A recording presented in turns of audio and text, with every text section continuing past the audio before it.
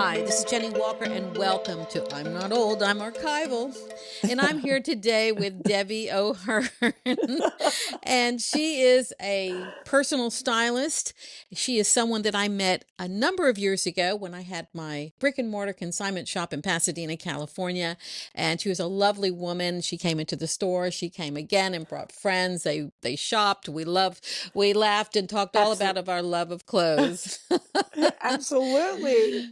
And she's here today we're going to have a little talk, a little chat about what Miss Deb is up to. She has since moved from California to the East Coast, so she'll tell us all about that.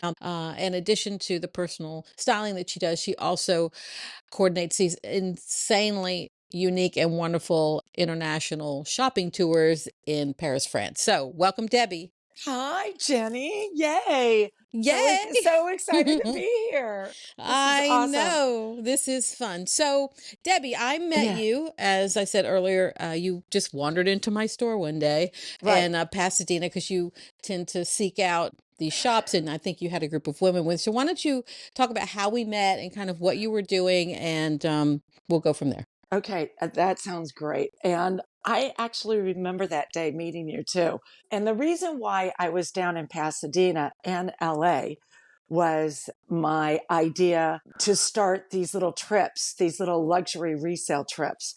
And I was looking for the best resale consignment stores and luxury to expose my little clients to. So, to back up a little bit, I'll just tell you quickly that I'm a stylist. I've been a personal stylist for, gosh, now about 20 some years. I used to be a buyer for a department store, and we can get into that later. But my love of fashion has evolved. And not only was I styling clients in Sacramento, Los Angeles, and Nevada, but they asked me to look into, Debbie, can you take us shopping at different locations, different places? And I said, oh my gosh, I would love to. So when I met you, Jenny, I think it like 2017 or 18? That sounds about right. Because Okay. I opened my store in 2016. Okay, so you were located in downtown Pasadena. So I was visiting my sister-in-law in Pasadena, and not only were we doing Pasadena, we're doing Los Angeles and their surrounding areas. We were trying to get down to San Diego too, but that didn't happen. But we started in Pasadena, and my sister-in-law said, "Oh my gosh!" I walked in. You didn't even see her. She walked into your store before I got there, and she goes, "This place is amazing. You have to come." Yeah, Aw. yes. And she must have talked to you, but she didn't tell you who she was or anything. But she met you and she loved you from the start. So that's when there was, I think, three of us that we walked into your store, and that was it. I met you. We talked fashion. I told you that I was a personal stylist in Sacramento. And then we ended up not only shopping, but we all bought. If I recall, I still have the beautiful blouse that I bought for you from you, and I still wear it a lot. And I don't even know the brand, but I was also digging into your Chanel handbags, your earrings. My sister-in-law also bought a pair of shoes and a pair of boots. So we did some damage that day, I recall. Yeah, it was But great. but but that started this little friendship. Yes, it was before COVID, because I'll never forget this little idea of mine. That was probably 2018. I went over to Paris, and with shopping in your area, and then I actually went on to New York to shop for resale and luxury boutiques there. And you are the one who recommended the stores, and you hooked me up with I don't know if it was your old business in New York, but I worked with someone that your connection, and I spent a day looking at your favorite stores in New York. That's Tell right. me. That's right. I Okay. At one time there used to be a company that is defunct now, Okay. and you could offer experiences on their website. right? So I Yes. wish I could think of the name of it, but I can't. And so I said, well, I'm going to offer this shopping tour for consignment shops because I just an obsessed. Like at that time, I didn't have a store. I was living in New York and just obsessed with it, clothes and shopping and reselling and consignment just nonstop. And so I started my own tour.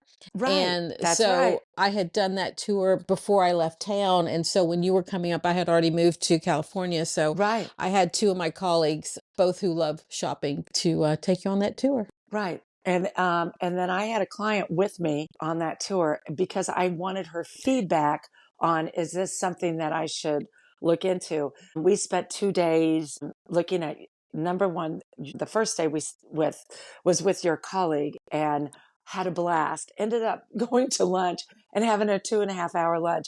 We had so much fun. Her name was Carla. Is that right? Yes. Carla. Okay. Yeah. Yeah. No, Clara. Oh, Clara. Clara. Sorry. Clara. Okay. It was Yes, Clara. Clara. And then, that whole trip inspired me to do something else. So I met you in Los Angeles in that area, Pasadena. And then I went to New York.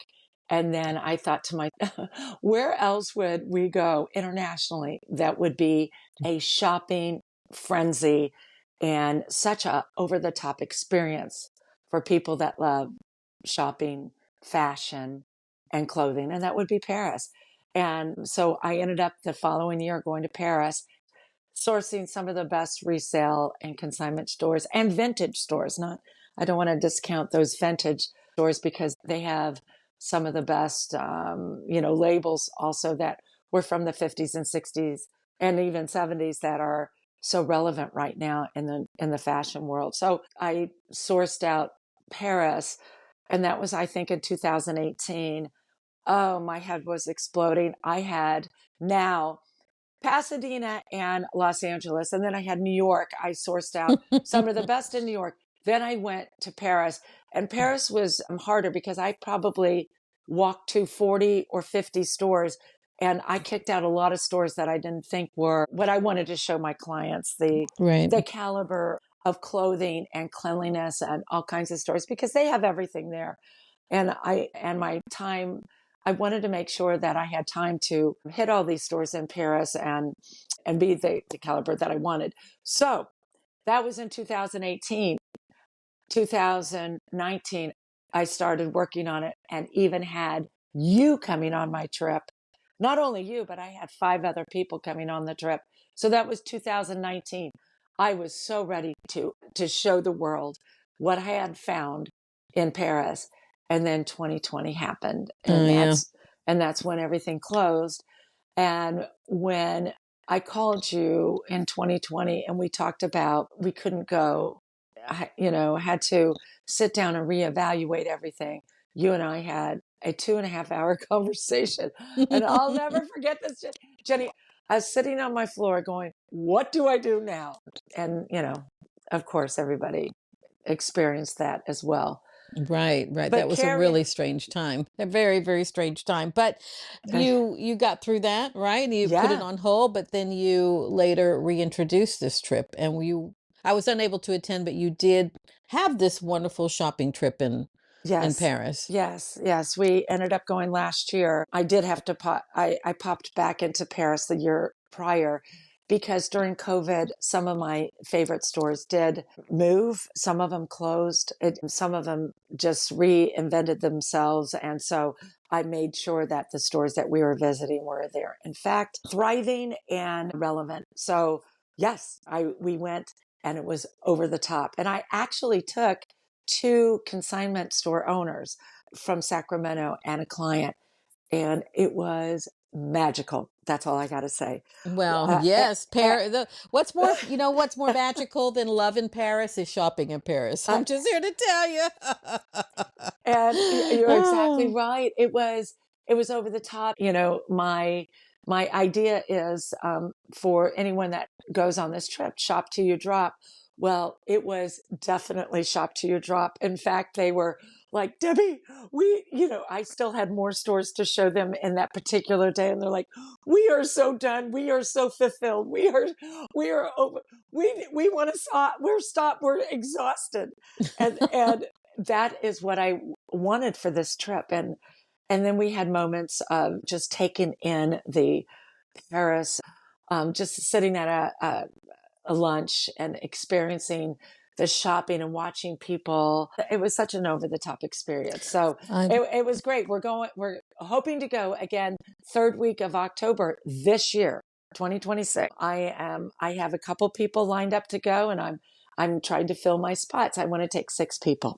Okay. Well, it needs to be small enough to manage, but large enough to have it make sense, have feel like a real group experience. When it's so interesting is the one time I think I've been to Paris once, maybe. Yes. I'm trying to think when it was. Oh yeah, I've only been once of all, if you can imagine. I've been I've been to, I don't know, like 23 countries, but like I've been to Paris once, and at that time I was not in this business. I was, Oh, so I didn't right. even go shopping Oh, right. at all. Like I think I wandered in the Louis Vuitton store, and and then I was working with someone who wanted fabrics, and so I went to a fabric store that supposedly sourced. It was the supplier of the same fabric that Chanel would use Oh, in their nice. clothing. So I remember, and the girl that I had met in Paris who was French Canadian, so she spoke the language, so it was beautiful. So that took the pressure off me. But I remember we were in this fabric store and getting swatches for the person that I knew here in New York, and it was the most incredible store I'd ever seen, and it was just bolts of fabric, but you knew when you Oh, walked in there it was something special, right? So right. this was not your average, this was not Michael's Right, fabric. right, You right, know, right. this was like Or tweeds. Joanne's. Yes, Right. yes, or tweeds and all of Yes. this kind of stuff. It was just amazing. So you are today still doing your personal styling. So tell me what that's about. I mean, people come to you, and how do they find out about you, first of all? And then secondly, they come to you and what are you doing? Are you adding that part where you go through their wardrobe? I mean, or is it just pure shopping? And what's all that based on? Oh, well, it's based on a lot of things, but personal stylist, a lot of people go, "What is a personal stylist? What do you do?" That is only for, Hollywood and people that, that can afford a personal stylist. But as you know, personal styling is just so different right now that it's not just celebrities that want a personal stylist. I work with a lot of women in professional business, and I even work with stay-at-home moms because personal styling is about how to bring out more of your personality and how can I use my clothes in my closet, clothes that I'm missing, how can I make more of an impact on what I'm wearing? Because for many reasons, I don't like, a lot. This is what I hear a lot, Jenny. I don't like how I look. My kids are grown. They've left the nest. I, focus my time on them. I've lost myself. I don't like how I look. I don't like how I feel. So people call me because I'm helping them get themselves back. I'm helping them get their personal style back. I'm helping them feel better. I'm helping them feel better about themselves personally. And it's through the power of clothes. Now, do you need to spend a lot of money on clothes? No. But do you need clothes that fit you and make you feel great? Yes. So that is where you call a personal stylist. Yes. Do I work with top executives? Right now, currently, I'm working with a lot of executives still in California. God bless them. When I moved, they go, "Why are you moving?" And and we moved for a lot of personal reasons, and they go, "You cannot leave me. You have bought my entire wardrobe. You have bought my entire closet. I'm not leaving you. I am just a phone call or a Zoom away. Right. And I am still currently right now to this I'm working right now I'm working with 4 or 5 women, not only for work conferences, speeches. One executive is hosting the Sacramento Business Journal luncheon, and we're working on her outfit because she's the MC of the event, and that's a big one there. I'm currently working on 3 weddings on women that need mother of the bride, mother of the groom dresses, and all of the outfits before that. but I kind of do a little bit of everybody.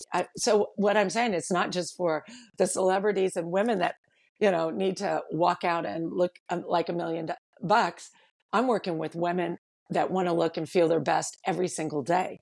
And that means walking, to the grocery store or to a dinner with their husband. It is so important. And nowadays I feel like for women to feel their best. What's And interesting is that when you relate to another woman about her clothes, there's something very intimate and personal about that, right? Because it's like the ultimate like oh, self-expression, right? right, And you talk about losing yourself. right. I remember a friend Absolutely. of mine, I wouldn't have called it that at the time, but when I was in college, one of my dear friends, her name was Robin, and I remember she was always so stylish. Like she was an artist. She was like an art class or whatever, and she was so stylish all the time. And then I remember her wardrobe completely changed. And Right. she was in like overall, she had had a child and she was like in overalls all the time. She no longer did her hair, she no longer did her makeup. Sorry, Robin. And Yeah. like, and I remember She just might be listening. noticing this change. And like, I'm like, what happened? Because I Right. didn't think, I was like, what happened? I wasn't attributing it to anything in particular. Just like I had just noticed the change because she was so creatively dressed and all this stuff all the time. And she looked at me and she says, Jenny, I've been mommed. And Oh, so yeah. having that Right. child had really changed the level of self-care Right. and the level of like of keeping her own personal style and all of that. And I was my first, and I'm like in my 20s, early 20s. And I remember noticing that going, Right. I never I wouldn't have necessarily pointed to that as the reason, but she said it with her own words. And it's like, oh wow, I can see how when people struggle with maintaining themselves when you have an infant, you don't get any sleep or whatever, So Right. here was Right. a perfect example. And I know that when people go through transitions in their lives and like Right. there's a lot of things that distract you and not necessarily that they do, but they can Right. distract you from taking care of yourself. Well, and also, when you do have kids at home, you put them first, Mhm, obviously. mhm. And when they're gone, or it could be a divorce. It could be, I mean, like you said, life changes. It could be, something that triggers, hey, I mean, look at me. I don't feel good about myself and I don't like how I look. But you're exactly right that just an outfit that fits you well can change so much. And let me talk about fitting and alterations. There was a client that I worked with. She wore oversized sweaters and baggy pants. And that was her look while she was, taking care of kids. But she kind of got comfortable with that look, and a beautiful, beautiful girl. So when she hired me and she said, I've lost my way. I don't like how I look. And I go, well, number one, this is my observation with you, from the minute I met you, your clothes are not fitting. I mean, they're way Right. oversized. And do you understand that when you wear oversized clothing, it adds weight on you. It adds bulk to you. It doesn't, an oversized blouse that's just hanging on you doesn't even showcase what your body looks like at all. Right. And That's you're, true. and you're hiding. And that's, I, psychologically, psychologically, I feel like I dig deeper and I go, what's going on with you? And that's when it comes to personal, when it is a personal relationship that I have with my clients. They have personal stuff going on, and then they reveal to me this is what they want to do with their style, with their change of clothing, which you touched on. And so we worked with her, getting her jeans that fit her, tops that just showcased and was perfect for her silhouette. And then she was like a tulip blooming. All of a sudden, she had more. Her eyes were shining. She started to smile more. Her personality was coming out, and she was becoming this person that she wanted to be. But all I did was help her with these steps on finding clothes that fit her, that revealed her body. By Right. the way, she was this tiny little thing, but She didn't want to even show it. And she just blossomed into a beautiful person. She loved her style. Then she went to work. She went back to work. She was hired at a high profile job. This was just the beginning of how style can change you, your job, your personality, your life. Sure. It's a life changing event. It can be, It and can how be. people perceive you, Right. and that's really like, okay, the sidebar. So when I was younger, Yes. Yeah. I love these I was stories. okay, so my mom was this very prim and proper debutante. She's a real lady, the kind that you wish existed still on the planet. I think they've all died off, but you know what I mean, like this old grand dame kind of thing. Right. And the most horrifying thing I would ever do is show up in leggings and a sweatshirt, Right. right? And Right. she's like, "Now, daughter, is that what you're gonna be Right. wearing to meet my friends?" You know, Right. and Right. she would just have a stroke, right? And I never understood what the deal was, Right. but you Right. know, and I always look young for my age. So like I would be in my 20s and I look like I was 14, right? Showing up when I and all this stuff. But she was always very mindful of what I would wear and looking put together. She was always put together. I don't know how she did it. I mean, she did some modeling at some point in her life, and she loved clothes, and she had to be dressed up all the time. Right. My father was in the military. He was a colonel, and she Right. was talking about going to functions all the time, going to Oh, functions. It was like being on the red functions. carpet back in the day. She had a function to go to, but she was Right. always dressed up and Right. always pulled together, and a beautiful, very beautiful woman. So she always was very striking. And so here I am Yeah. rolling up in my Right. Of in my course. leg. My favorite outfit was literally, I remember DKNY Yep. leggings, Yep. Guess cowboy boots that were short, and my favorite oversized sweater. Like that, I Uh, was comfortable. I right. felt strong. I Right. felt like, but I've been wearing that same outfit my whole life. It's, but and now I tell you now, my issue is I need you, Debbie, because I can't find any shoes I like. So my problem is, Oh, listen to this. So with all the clothes that I deal with in my vintage, I have all these designer clothes, I have all these clothes. yeah. Most of my clothes are sitting in Pasadena, I know. California. I brought I a know. few up here to LA. I mean to New York City, but I have no shoes. Like I literally, you want to hear what's in my closet? You ready? I Yeah. have a pair of Crocs that I No. wear nonstop. Oh no. I have I a mean, pair that's of fine at home. I'm okay, not against Crocs. no, I no, no. have a I don't pair. only wear them at home. I Okay, have a good. pair of, I literally, this is truth. Okay. So you have to see what your solution is. So I have a pair of Crocs that are worn Hmm. out that need to go in the trash, but they're comfortable. And I do have foot issues and ankle issues. Like I'm at the therapist for that, but like Okay. the fit therapy, I need a therapist. I'm at the therapy for that. Okay. I have worn out Nike tennis shoes. Uh-huh. I Right. have, I just bought a pair of snow boots that don't fit me because they're too tight around the ankles. Oh no. And I Yeah. have a pair of white tennis shoes, of which I can find one. And that's like it. So when I go to, like, when I have to go somewhere, I don't have any shoes. It's the darndest, it's the crazy. And I can't find any that fit, that are comfortable, that can look right, because I can't wear heels anymore, but I don't Right. want to be flats because then it's like I need like a little bit of a something, like literally those are like my four pair of shoes running around this apartment. Now here I am going to professional events, Well, what? all dressed up, Oh and my. then at the bottom I have on black socks and Crocs because and then I've worn the tennis shoes to set up. And then when I get there, I change into my Crocs, hoping no one will can see it. Well, of course they can see it, but I'm like horrified because I can't solve the Oh, problem. And even back in Pasadena, yeah. I don't have anything. I mean, I have some those Weitzman shoes that look like the Chanel shoes that have a little cap toe, whatever. I Right. have those, but even those Do they hurt? don't even those hurt. So like I've tried to solve the problem. It's not about even the cost of a shoe, because I got $1,000 shoes and I've got $10 shoes, but Right. like I don't know how Right. to solve that problem for myself because of like the fit issues and things like that. So here I am knowing better, and I'm still rolling up What in a pair of Crocs. what do you wear when you do a pop-up? What are you wearing on your feet?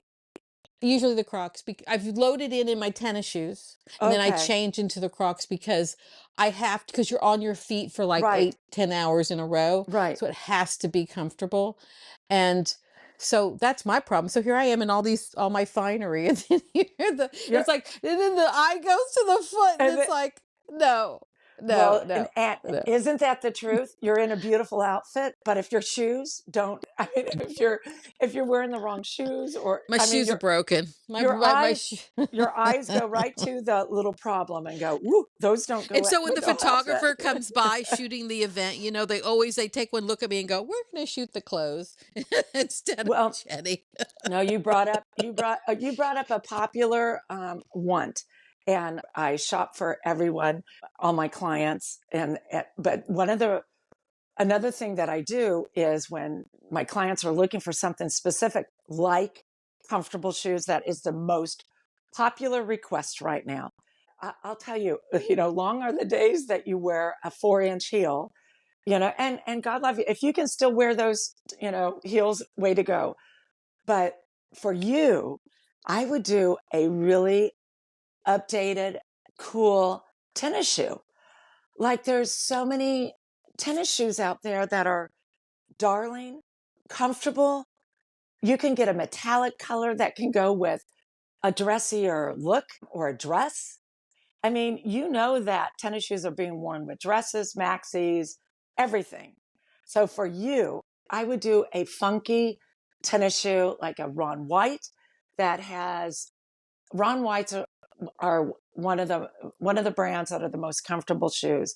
There's Echo out there. There's so many other comfort Mm-hmm. shoes. A Mm-hmm. lot of clients, people, even friends here around where I live are asking for comfortable, cute shoes.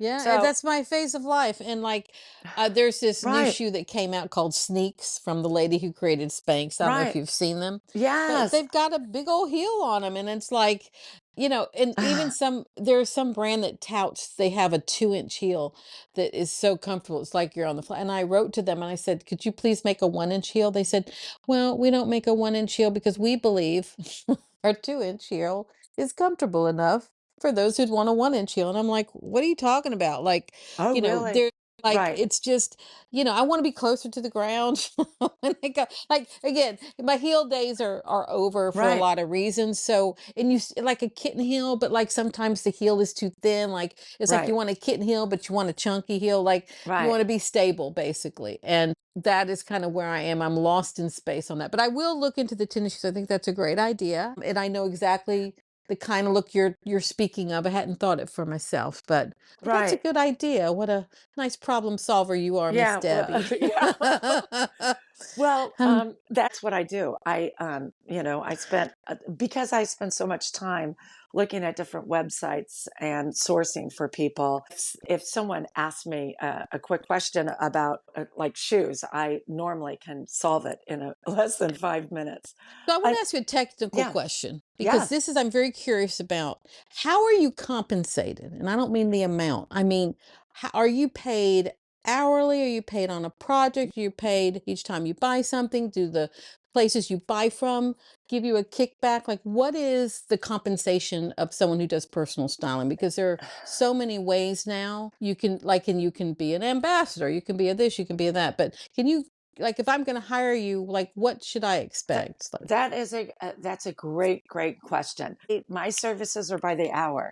So if you call me and ask me to shop for you, I bill by the hour. So okay, and that's an easy way for me to do it. And even if I style in a closet, I bill by the hour. If a client got it. calls, last year they asked me to shop with them in New York.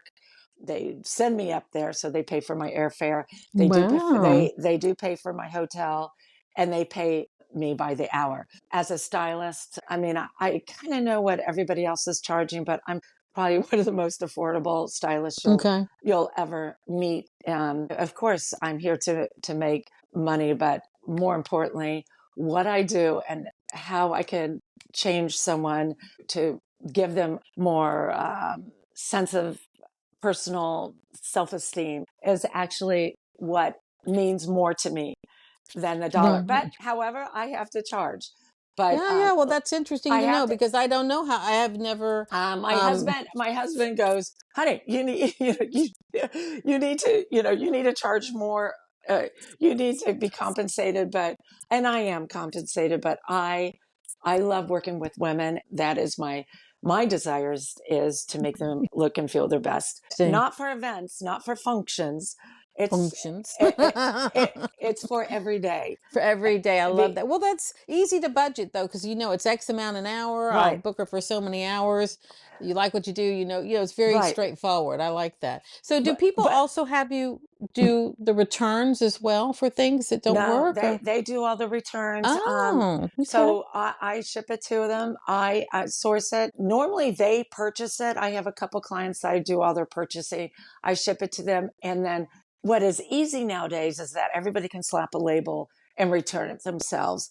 I know all the return policies for every single store. So if it's a 14-day window, if it's a 30-day window, I say, try this on. Normally they Zoom me so I can see how it fits if I'm not local.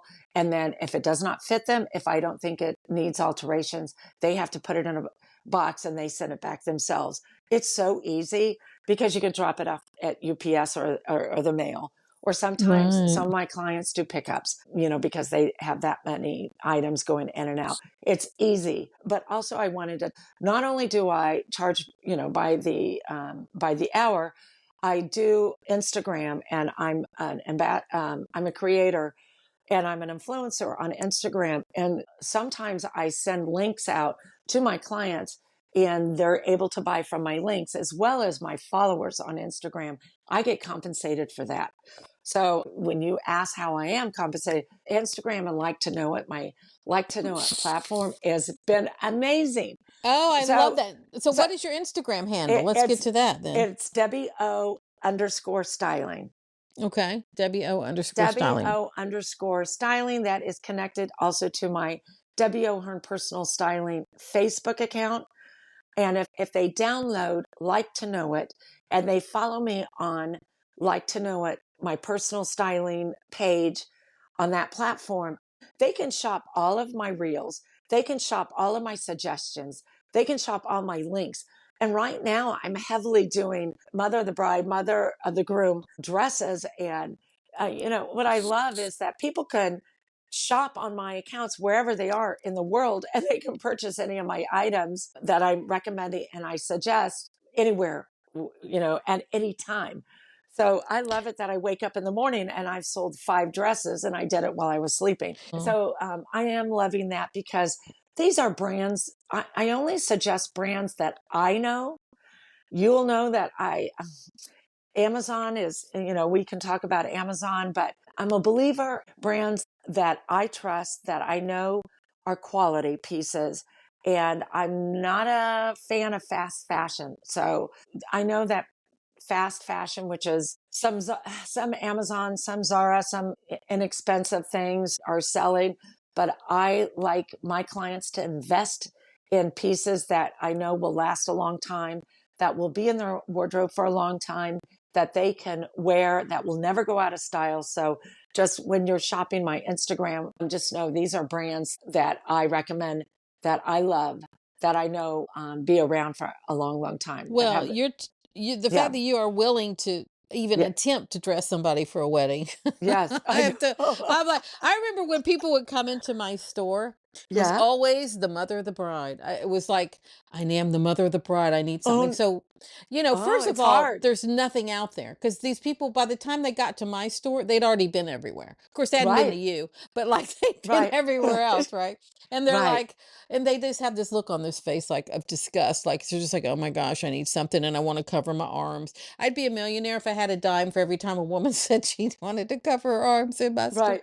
They go, want to Absolutely. cover my arms and this Right, and you whatever. And then I'd show them, I'd have my little formal dress section. I'd show them some things and then they try it on. And then they have to get like approval from 1,200 people. And then, it right, was like a whole thing. And they were so distraught. I right, mean, that was the thing. Like it's because there's such a high pressure event, right? There's so many right, eyes on you. And now with social media, it's right, double pressure, right? You're going right, to use the photos. And then the right. people who were Absolutely. the brides or people going on vacation occasion. So it's like I'll call it a special occasion. But so Right. many times though, they would buy something and then I would hear back from them how great it was because I'm sitting there selling vintage in a consignment shop, right? Whether Right. it's a season old or 20 season, 20 years old, right? So what I'm going to have and the power of vintage and reselling and consignment and all of that is it's unique, it's high quality, it's lasted this long, and you're Right. not going to see yourself coming and going. Now, Uh, obviously, then size becomes the issue. Does it fit you or not? Which comes absolutely. back to the Right. tailoring because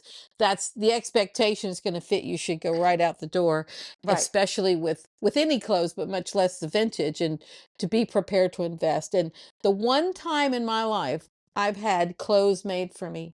And I'll tell Oh. you, it was the same. I met a seamstress related to the same person I bought the swatches for Oh. when I was in Paris. And she ended up making a pattern out of my favorite outfit and made me a suit. It was this cashmere fabric that I'd gotten. So, maybe it was because I was in England before I went to Paris. So I think I'd gotten this fabric at this other fabric place. Okay. Anyway, and she made this thing for me. I thought it was a wonderful outfit, but I didn't think it was gold star. But I mean, it was Right. wonderful, but I didn't think it was, Right. the pinnacle. Every time I'd wear it, I'd Right. get compliments. And I know it was Good. because it fit me. The Right. shoulders were in the right place, the sleeves were Right. in the right place. Everything was where it was supposed to be. And Right. I'm only 5'2" and I'm curvy and all Yeah. this. So, getting something to fit me is Right. always a challenge anyway. And I will never forget that experience because it was nonstop compliments. And I just was scratching my head. And I said, well, I guess it's because it fits me. It makes such a difference. Well, and listen to what you just said because it fit you. You were out of your oversized sweater and leggings and Exactly. boots. I So, sure was. but listen to what you just said. That validates exactly what I'm saying. Is that it fits you, and when it fits you, I mean, that's what clothing is meant to do. It's to fit you properly. Well, That's I and have to that's tell the you power this. of alterations. And I that's used, yes, yes, I used to date this guy who was English. And I'll never forget, we went to the Grammys one year. When the one year it was in New York, like it's always in LA, but there was right. this one year How back in the day fun! when it was in New York City.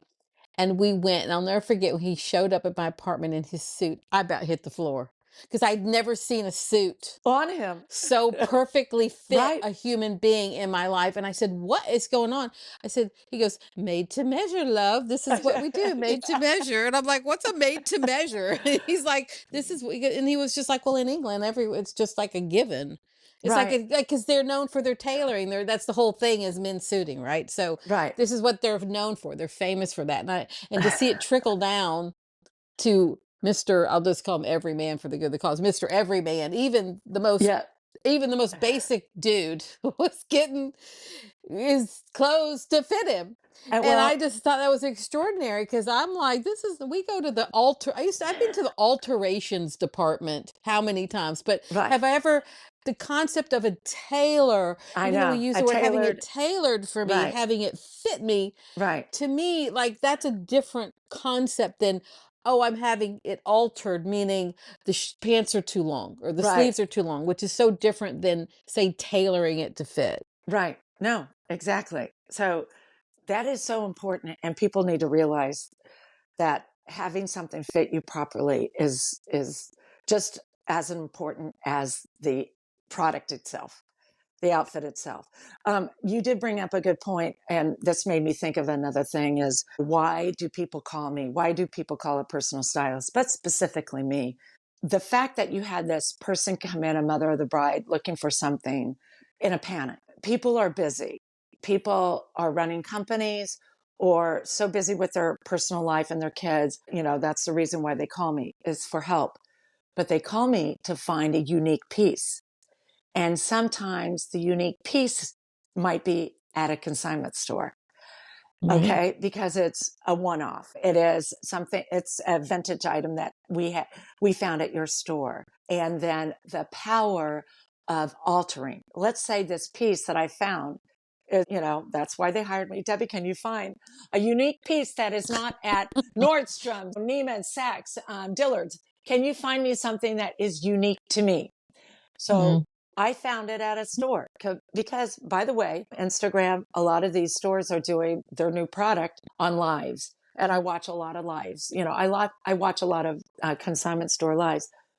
But if you walk in your store and they found a dress that is so unique to them, they can get it altered to fit them if they can. Even if it's small, if it's Chanel had a 2-inch inseam in all of their suiting and skirts and dresses. So you can take it in or Right. take it out. Right. You can have this piece for 10 years. Body changes.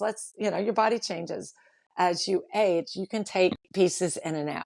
So when you are calling me, my job is to find a unique piece for you that sets you apart from someone else. And it might be at a store, it might be at a department store, it could be at a fabulous resale boutique. So that is the beauty of a personal stylist. But and even though it might be too big, it might be fits you on the top, but doesn't at the bottom. That's where alterations or a tailor comes in. Sometimes a tailor can rework an outfit that is even more fabulous than than, Oh than yes, there's all the these people original on one. Instagram that they take an outfit and then they like cut it up and then they show you the after, which is so fun to watch. A skill I do not currently Yeah, possess nor neither do care I. to, Right, but it's fascinating to watch. They get in there and they just have no fear. Like they're right, not afraid of the clothes, right? That's like they're just like, I'm gonna slice it here and chop it there, and right, they just go at it, and I'm like, oh my gosh, it's like not perfect, but right. they go in and create something that's so really interesting. And people don't always do it themselves. There's this one girl I've watched, and I wish I could think of her name. And she would take, like, imagine those 80s dresses with those ginormous puff sleeve. It'd be Yes, like a little maybe ruched. I don't think it was like a ruched right. dress to the knee, but the sleeves are like 10 feet tall. That's So this 80s. That's so Yes. 80s. Yep. So this girl, she says, here are all the things I'm taking to the tailor, what we're going to do to them. So she would have the before and the after. And the before was always, she'd take this dress and cut it off and make it a shirt, make it a top. Oh, So it's like a little fun. crop top. And then she would do something else with. And so they weren't like huge things, but it's taking a dress and cutting it in half, right? Making the Well, bottom into a little crop top. It was adorable. And so she modernized it. But she didn't do it. She just had the idea and then the tailor executed it. So I thought that was really clever. that is clever. And another thing that I love to do is repurpose that. There might be, let's say, an oversized blouse that is, really oversized, and I'm in a closet. I love the print, and let's say it's, it's got a nice label on it. I will have an idea. This is what I love to do, is to repurpose it. And I'll say, what is your idea with this? I never wear it because it's really oversized. And I say, wear it as a swimsuit cover up. And they go, what? I go, that is a perfect swimsuit cover up. That is chic. It's great.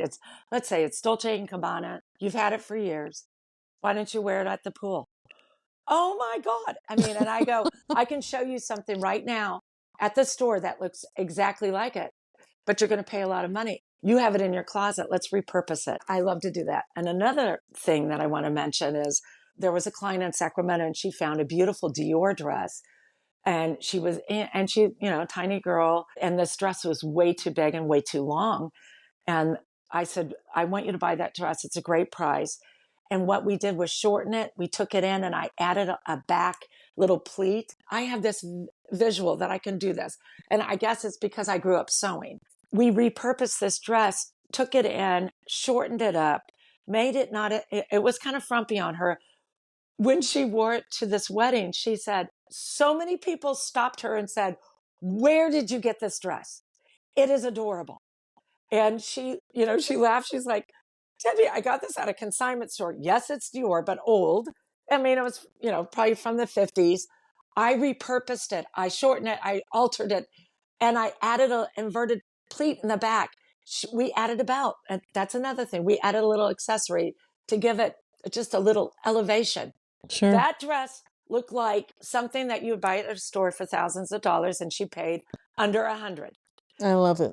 So I just, I love that, Jenny. I love Some nights I go to bed and I'm like, oh my gosh, I love, there's four pieces I don't know what to do with. And that's another thing that we do. If it doesn't belong in our closet, if it's moved on from her personal style, we do resell. So a lot of my clients, I tell them resell and they make money and so we can buy other Good. things. So Well, that's it's kind of I the love that evolution. idea. I love Yeah. that. And well, now the evolution is these beyond the consignment shop is now these vintage shows. Now, you were going, have Oh, you been to yes. one yet? We were talked about you coming to No, one of the vintage shows. this is another idea, and I told you this before. I would love to bring clients to New York to not only shop but also go to your pop up Oh, because yeah, yeah. again, people hire me to look different, to set themselves apart from the average little outfit. And what you offer, Jenny, are unique Moschino, you call it Moschino Moschino, pieces that like your snow skiing. but I love that cool jacket with barrel pant if you can wear them with a cool glove heel. Right. I love that look with a loafer and some kind of semi baggy jeans. I love that Moschino jacket with a pair of professional slacks with a great heel that sets my client, Well, apart I'm your from everybody girl. else. I I'm your know. girl for that. I've got shows coming up. I've got one coming up in Oh, Austin with okay. Manhattan Vintage in April, like 11 and 12, and then that next weekend in April, and then the first 2 weekends in May. I'm going to be with Not a Normal Market. They've got a new venue in Union Square where they're going to have some shows, and Are then you I've going to got be in San Francisco? not yet. Oh, Both Manhattan Vintage and Not a Normal Market are oh, both looking at in New that. York. They're both eyeing San Francisco for the future, but Oh, nothing's been, set yet. But eventually we'll get there. But these shows coming up in New York. But the vintage shows, and we'll wrap it up, talking about vintage, but having owned a consignment shop.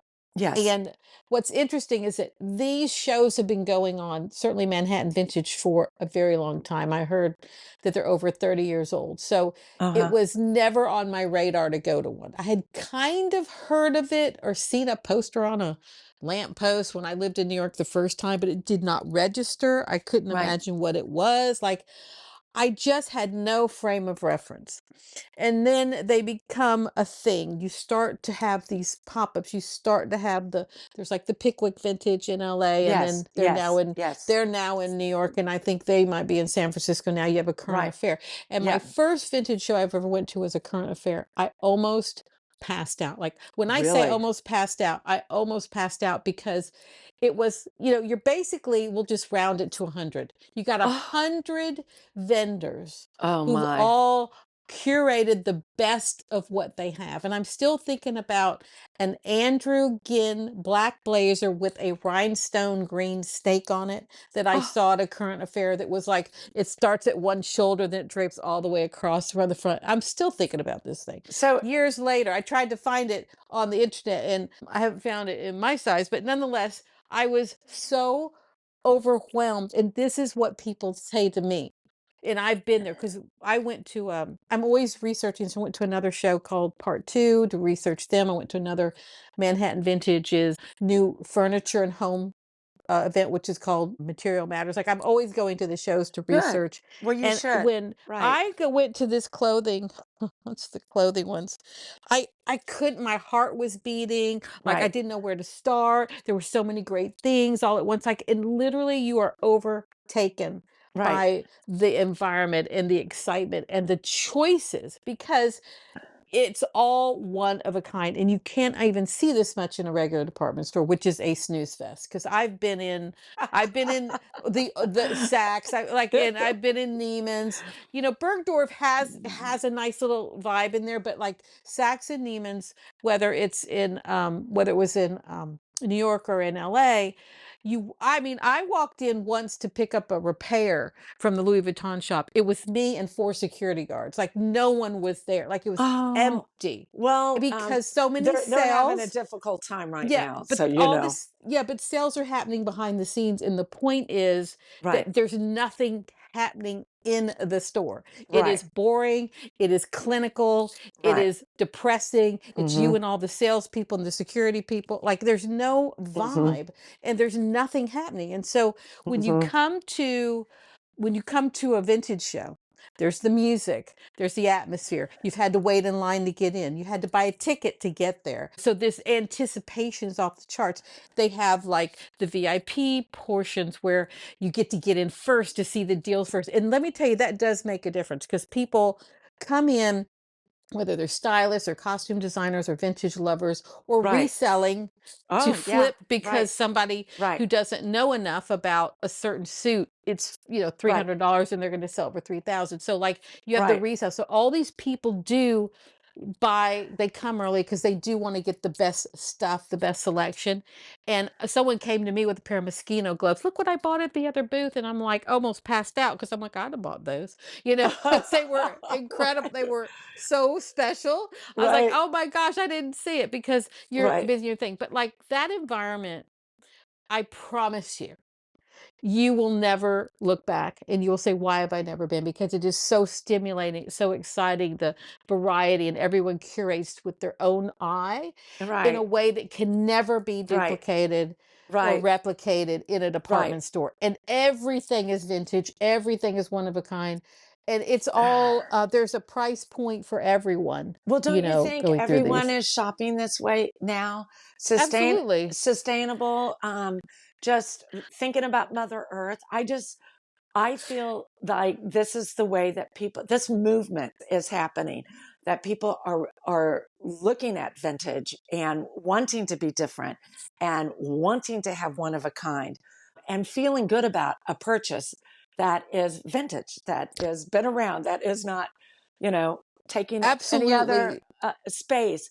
Uh, There was an article I read on Instagram, and it was saying how something like 50% of all handbag purchases are now vintage, something to that yeah, effect. So r- either like right. something to point to that phenomenon. And I can tell you this, the the people that were buying vintage in my store can just as easily buy full price in the department store. Nine Absolutely. times out of 10. It had nothing to do with Right. Price. anything but Unique. quality and Yep. selection, and I Right. want something different. It's the same person. And so people are like, well, who is this buying this Right. $3,000 blazer of yours, Jenny? I said, well, the same person who went to Neiman's or to Saks or to Right. Bergdorf who wanted something different. When I'm like the things that I sell of Moschino, and I've done this, I haven't run a report per se, like on a computer, but in my head, I have it Right. all Yeah. memorized. Right. I'm Of course, selling, of course. I'm not selling hundreds of things at a show.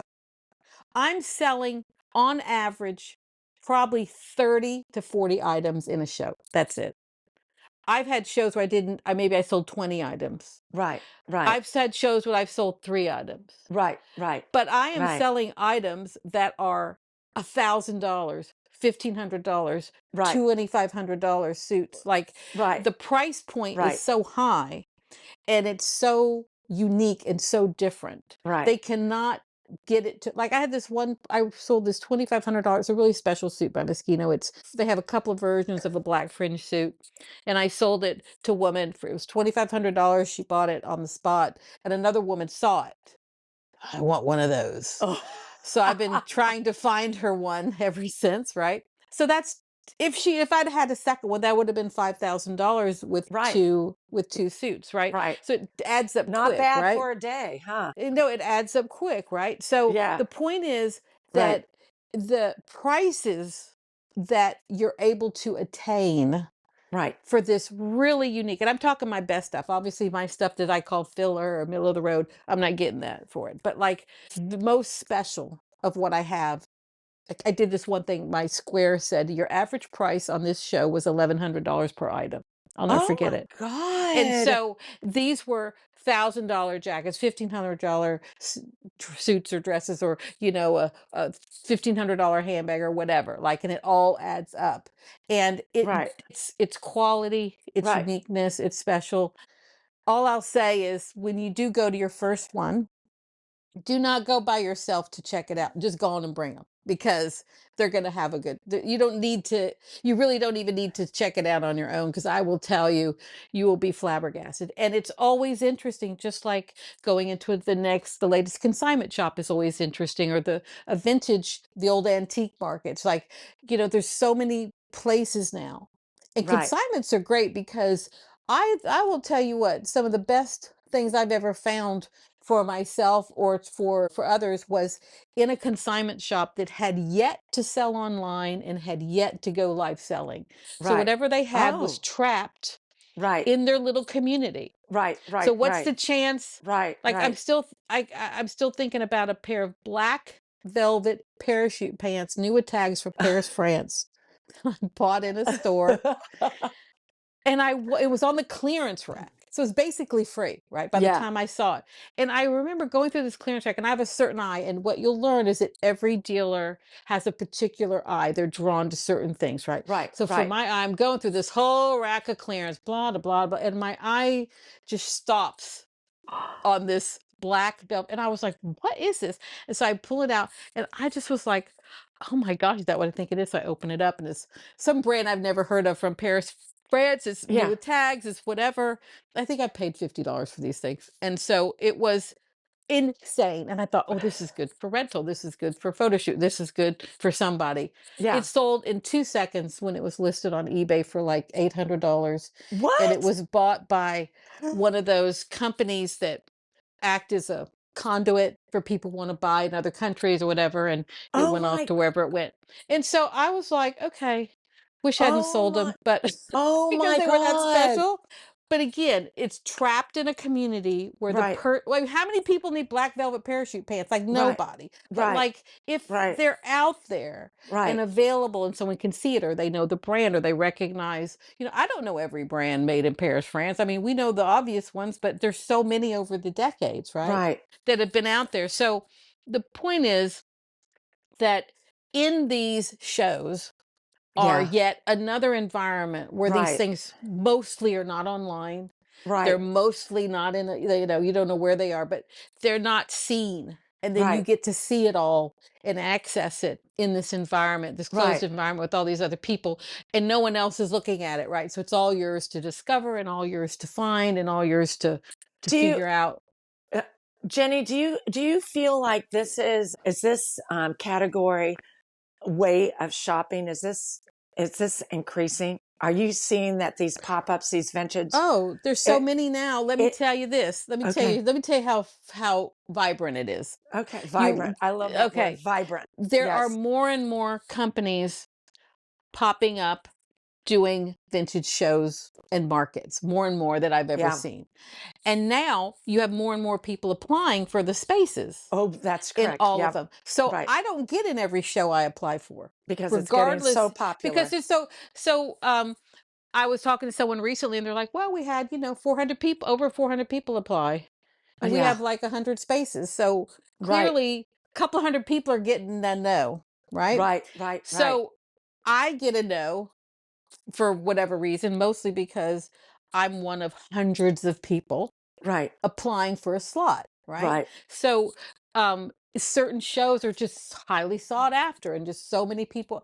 I've been turned down, trust me, many times. I applied to all kinds of things I haven't gotten into, but yet I have things I do get into all the time that I love, and I love to be there and sell my things there and all that. But what's that's doing, though, is that it's forcing more and more vintage dealers to seek their own Right. pop-ups, their Right. own Right. experiences inside stores, because I Right. can no longer rely on being in all these shows because Right. it's so Right. competitive. So you have to take control and agency over your own company and your own business, and find ways to put yourself on Out. your own in places, whether it's like I did a pop-up inside Roundabout Resale in Greenwich, Right. and that Love the owner, roundabout. I Love it. love the owner, Lori. She's amazing. So she has 3 stores now in Connecticut. She used to have one in New York. And I did that pop up. And that is something we organized because I knew her, and we organized together. I mean, no one was Right. involved in that. It was very successful. And so now what I'm doing is I'm trying to find more ways to get my vintage in as an individual pop-up inside boutiques and Right. department stores Right. because I have to, because I have to keep finding ways to sell it and get the word out, right? And Right. so I can no longer rely on all the shows to accept me on Right. everything, Right. even though they like me, I like them, and I want to Right. do all their shows. But the Right. reality is, Right. they all like to have new vendors in their shows to keep it fresh and different, and like, keep it alive and moving. So Right. that's Right. where I am, and a lot of people are. So you're finding individual dealers doing their own pop-ups. I find small dealers doing their own pop-ups and then Right. inviting other people to join them, Right. right? So that there's two or three of y'all. So like, this is a whole thing now. It's a whole movement, and it Yeah. is I off thought so. the charts. And all you have to do Yeah. is you follow the right people on Instagram. It's the only thing you will see in your feed is that more and more and more and more of these Oh, markets are coming. And it's all yeah. over the country and all over the world. And now a current affair has their first London pop-up going on, I think, in this weekend coming up, and they've Oh. partnered with someone there. They're a big Oh. vintage show. Okay. And so Okay. other ones are all thinking of doing them in London and in Tokyo and things like that. So this is where it's headed. It's Yeah. headed Right. all over the That. world, Right. and people are Right. coordinating and organizing these. Right. And it's something to definitely build a trip around for yourself, whether Right. it's here in another city or in another Absolutely. country. No, you're giving me great ideas because I would do that in New York. It's again the experience. And I think with all these brick and mortar stores closing and a way of shopping is changing, I do think that this movement is becoming more popular. I myself, I have like maybe 10 vintage jackets, maybe 15 that are fur, that maybe are mink, whatever, that are at least 40 or 50 years old. I still wear them. I still wear these fur coats knowing that they're old, they're vintage, but they're so relevant. I was, watching all of New York Fashion Week, which was a couple weeks ago. So many people were in furs, and I probably think that most of them were vintage furs. But that I love this look that the vintage is not. It's so relevant right now, and I think people are not going in the brick and mortar stores anymore. And so by shopping this way at these pop-ups and these vintage venues are becoming the new. It's not a movement, it's just a new way to shop, right? Absolutely. It really is. And I Yeah. will tell you that the vintage furs were like furs and bags. That's it. Like if you want to sell product in New York Yeah. City, And I bags year round, furs, nothing but furs, like entire vendors with nothing but racks of furs. It's selling fur after fur after fur. I've watched it, and it's really truly incredible. and I know we need to go, but you mentioned Andrew again having a special little piece from Andrew again. He happens to be a friend of mine. I was blessed to witness two of his Paris runway shows, and a friend from Sacramento introduced me to Andrew again. Um, he has stepped down from his house, and my husband and I went to his atelier in Paris, and we got to sit down and meet with him and see his one of Ooh, his how last exciting. collection. His last collection. What an amazing designer he is. I hope that he comes back and does his thing. I think he's trying to figure things out. I also have many pieces of his because not only did I fall in love with that designer and his collection, but his pieces now mean more to me than ever because he stepped down. But I know he's coming back. I don't know in what capacity, but love that man. So shout out to Andrew again. Yeah. Well, if you have that black blazer with the snake on it, let me know. I uh, I don't, but I have a black jacket with peacock feathers on the Oh sleeves, my and gosh, that sounds amazing. it has two patch pockets, and I'm going to wear his coat to an upcoming wedding next weekend, Love so that. in Washington D.C. So, Andrew, I'm going to tag you for that. But, anyways, I love that It's you so love him too. So, yes, yes, it's so great. Well, listen, Debbie, thank you Jenny, so much for your oh, same. I really appreciate. We could go. This is how. Just so y'all know or listening, this is how when Debbie and I get on the phone, this is what we talk about. We just go on and on. So we do have to cut it. I appreciate Oh, you, look, Debbie, being I on here, and appreciate you. hopefully you'll come back on another show. So just to conclude, Debbie, just if you'll give people once again your website, your social media handles, and how they can get in touch with you, and then we will wrap this up. Thank you so much. I love talking to my dear friend, and you have so much talent. My Debbie O'Hearn. You can find me on my website, Debbie O'Hearn Personal Styling. That kind of gives you an overview of what I do.